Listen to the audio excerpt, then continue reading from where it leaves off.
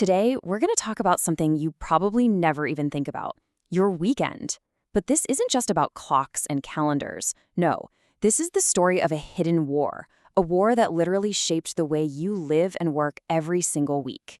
I mean, really, have you ever stopped and thought about it? That Saturday and Sunday you live for. Where did it even come from? It feels so natural, right? Like it's always been there. But you know what? It hasn't. It's actually a pretty recent invention. And that right there is the most important thing to understand. The weekend, the 8-hour day, even basic safety on the job, none of this stuff was a gift from some kind boss. It was taken. It was won through a long and, honestly, a really brutal fight. Okay, so to really get this, we have to go back in time. Let's rewind the clock. You have to see the conditions that started this whole fire. We're talking about the late 1800s and early 1900s. A time of, well, just completely unchecked industrial power. You can just forget about work-life balance. For most people, life was work. I'm talking about brutal 12, 14, even 16-hour days, 6 or sometimes 7 days a week, in factories and mines that were just unbelievably dangerous. You weren't a person. You were basically just another part in a giant machine, and a disposable one at that. And here's where the story gets really, really dark. By the early 1900s, there were 2 million children. 2 million working full-time in America. And we're not talking about after-school jobs here. We're talking about tiny kids, some as young as 4 or 5, doing dangerous, full-time labor. Just look at this breakdown for a second. This wasn't just work. This was the systematic destruction of children. In the coal mines, little breaker boys would sit for 10 hours a day, hunched over, breathing in so much coal dust they'd get lung diseases and their spines would get deformed. In the textile mills, young girls on 13-hour shifts, getting their fingers torn off or even scalped by machines that had no safety guards. And you have to understand, this wasn't an accident. This was the business model. And the control didn't stop when you clocked out. Oh no. A lot of these workers lived in company towns. That means the company owned your house, they owned the only store, they set all the prices. The Pullman Company, just outside of Chicago, was famous for this. They once cut everyone's wages by 25%, but get this, they didn't lower the rent in their company-owned houses. People were working all day and taking home literal pennies. So getting fired didn't just mean you lost your job, it meant you and your entire family were instantly homeless. So you might be thinking, what happened when workers tried to push back, when they tried to organize? Well, the owners didn't sit down to negotiate. They responded with force. They had a whole system, a whole architecture of violence, ready to crush any hint of resistance. These were the guys they called. The Pinkerton Agency was basically a private army for hire. Guys like Andrew Carnegie would hire them to break strikes. Then you had the Baldwin Felts agents, known as gun thugs, who specialized in violently kicking striking miners out of their homes. And if the private armies weren't enough, the company owners would just call the governor, who would send in the state militia or even the U.S. Army. I mean, just look at this. It tells you everything you need to know about the mindset back then. In 1892, a guy named Henry Clay Frick wanted to break a union. He didn't just lock the workers out. He built a literal fortress, a 3-mile-long, 12-foot-high fence with barbed wire, sniper towers, the whole shebang.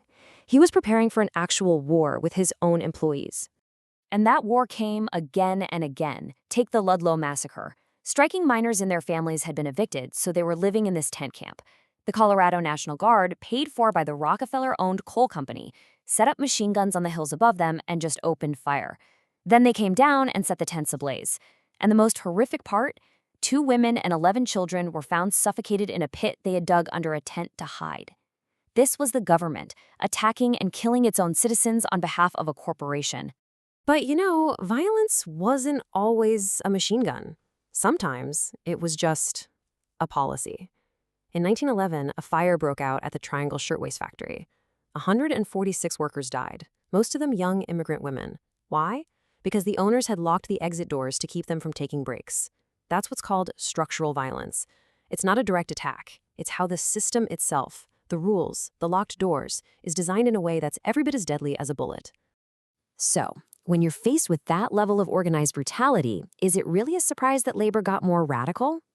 Workers started to realize that peaceful protests were being met with bullets, so they changed their tactics.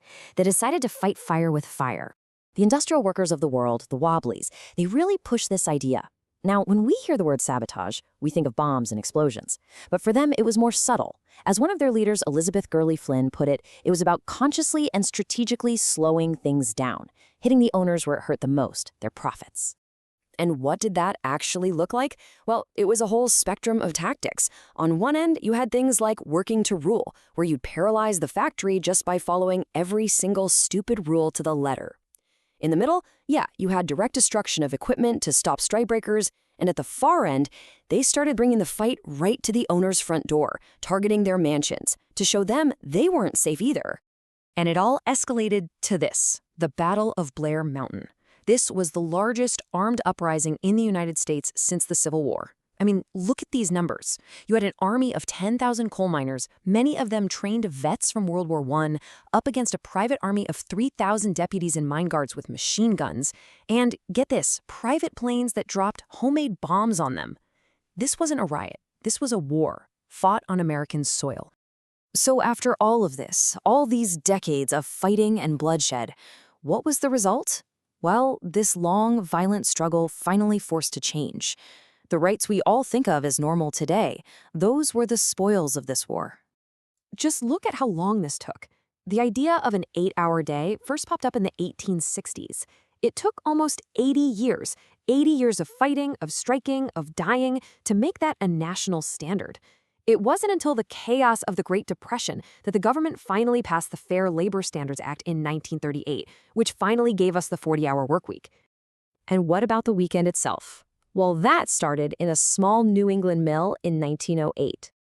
They wanted to give their Jewish workers Saturdays off for the Sabbath, while Christian workers already had Sunday. But it was Henry Ford who really made it famous in 1926.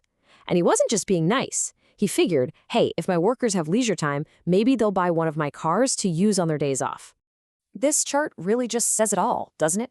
Going from those horrific 16-hour days in the 1880s to a standard 40-hour week by 1940, that's a massive shift in the balance of power, and it was a shift that was paid for in blood. So if you take away one thing, let it be this: your weekend, your right to overtime pay, your right to not be killed on the job. These things are the direct result of that long domestic war. They were won by ordinary people who were willing to fight and even die to claim a little bit of their own lives back from the company clock. And that kind of leaves us with one last big question. We've seen the battles that shaped the 20th century workplace. But now, as we're moving into a whole new world of AI, remote work, and the gig economy, what are the new battlegrounds? What does the next war for our time and our rights even look like?